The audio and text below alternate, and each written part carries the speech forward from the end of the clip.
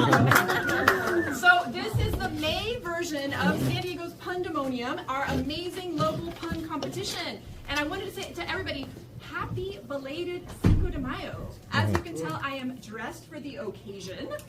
And I'm absolutely floored to see so many of you here. Get it? Floored? Floored? Okay,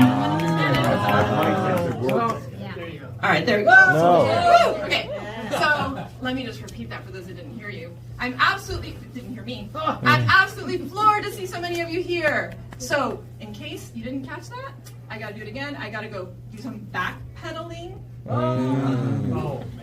More importantly than Cinco de Mayo, Happy Mother's Day. Any moms in the audience? Woo! Cat dogs, dog moms. All right, we've got a mother load of puns for you. So because it's Mother's Day, we are going to be calling them mom jokes instead of dad jokes. Because we all know dad jokes are bad jokes. But puns from mom are the bomb. So let's hear it for all the moms out there, whether they're here with us or not.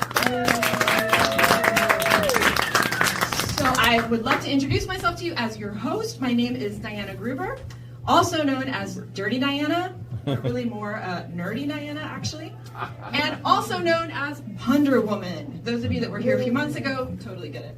So I'm your host for the evening, and I'm replacing the usual host, whose name is Sarah Flocken, and she just flockened up and left us. She is currently in Austin, Texas, at the famous O. Henry Pun-Off. Yeah, so let's send her all of our good vibes and our good verbs, too. Good luck, Sarah.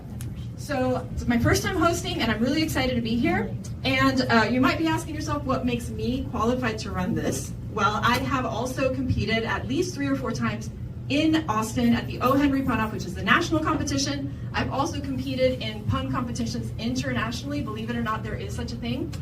It's run out of the UK, and it's called the Outpunched Show. And I have also competed right here in this room and won at least 5 times, and I have the chickens to prove it. Including the last one. Including the last one, that's right, Dr. Lader. So speaking of the chickens, in case any of you are wondering what is at stake here, these are our wonderful chicken trophies, and they say right here, San Diego Pundemonium champion, we clucking love puns. But Dr. Laderer, who's one of our competitors for later on tonight, he is calling this the, what are you calling it? The Pulitzer Prize. You're gonna win a Pulitzer Prize. Get it? A Pulitzer Prize. That was a good one. I wish I could take credit for it, but I can't. But I hear they fall apart because they atrophy. I made that joke over dinner, believe it or not. It's a trophy, absolutely. Good one, good one. That's going to be one of our competitors later, I can tell. So what else was I going to say to you guys? Another reason that I'm qualified to be here is that I am friends with Sarah. I'm also friends with half the audience. And I'm a regular here at Find the City Improv Theater. And last but not least, as Sarah put on Facebook, any of you read the Facebook post for this, I am indeed a cunning linguist, or rather a punning linguist. So yes, I do love language, and I speak 6 languages fluently, including Spanish. So somebody asked me if I can pun in Spanish. Who wants to ask me? Can you pun in Spanish? I queso. That was cheesy. I love your laugh. You gotta laugh every time. You're right there. That was cheesy. You're getting ahead of us, though. He's just showing his Spanish. That's His right. Spanish. There better not be a Hispanic later. I am pleased to share that this is one of many, many, many pun shows across the world. As I said, we have Outpunched in the UK, we have Punterdome in Brooklyn, we have Pun DMV in DC, there is a Bay Area Pun-Off in the Oakland area, and it's always punny in Philadelphia. And as of several years, we now have San Diego Pundemonium, where we all are right now. Woo! So, thank you for being here, everybody. And I want to go ahead and set some ground rules, okay? So, yeah, there's rules. There's rules to punning, believe it or not. What is a pun? A pun is a play on words, but it's not just any play on words. A pun should be a homograph. So basically, a homograph is 2 meanings, 1 spelling. So an example of that would be spring forward, fall backward, like when we wind up our clocks, in the time of year. So spring and fall have double meanings, even though each word is just 1 word. And then you also have homophones. Even though we're in Hillcrest, it's not what you think that means. A homophone two spellings, one meaning. So for example, I'm on a seafood diet. I see food and I eat it.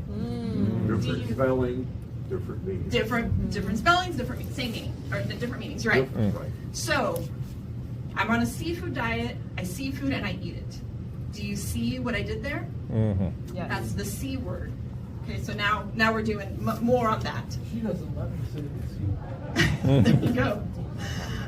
So, you know what is not, and I was going to say, so what I personally say as Punder Woman is a pun is when you are able to leap over two meanings with a single noun. So as long as there's a play on a particular word, that is a pun.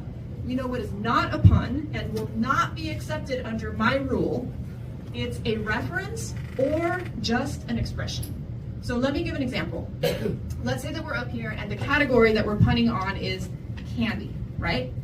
And somebody says, oh, yeah, puns on candy. Yeah, when I was in high school, my friends and I, we were the Three Musketeers. That's unfortunately not a pun. That's just a reference to a book and maybe several dozen movies that have been made on that book, but it's not a pun.